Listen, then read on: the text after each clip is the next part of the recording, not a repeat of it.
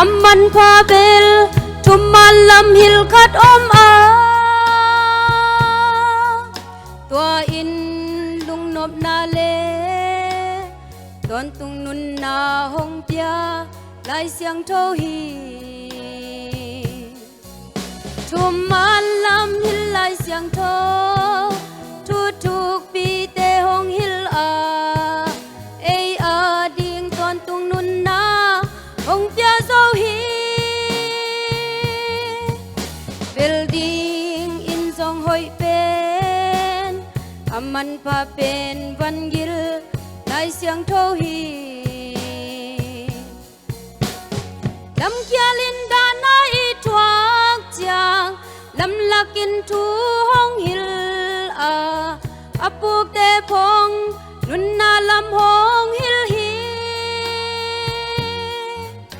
building in zong hoi pen amman pa pen van gil lai siang tho hi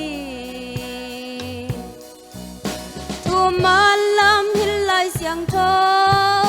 thu thuk pi te hong hil a ei a ding ton tung nun na hong pia zo hi ei ding in zong hoi pen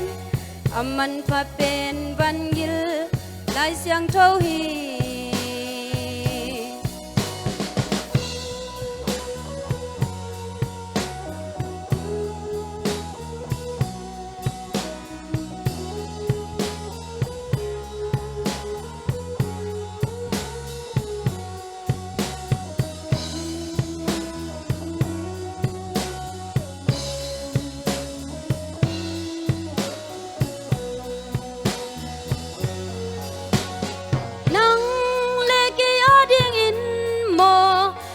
hoi pen thu bu hi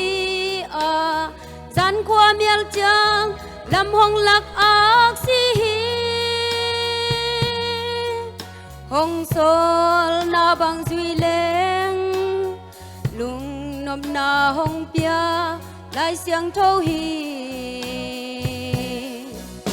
thu ma lam hil lai siang tho thu thuk pi te hong hil a ei a ding ton tung nun na hong pia zo hi building in zong hoi pen amman pa pen van gil lai siang tho hi thu ma lam hil lai siang tho thu thuk pi te hong hil a ei a ding ton tung nun na hong pia zo hi tua in lung nop na le ton tung nun na hong pia lai siang tho hi building in zong hoi pen amman pa pen van gil lai siang tho hi hong sol na bang duy le nop na hong pia lai siang tho hi lung đam men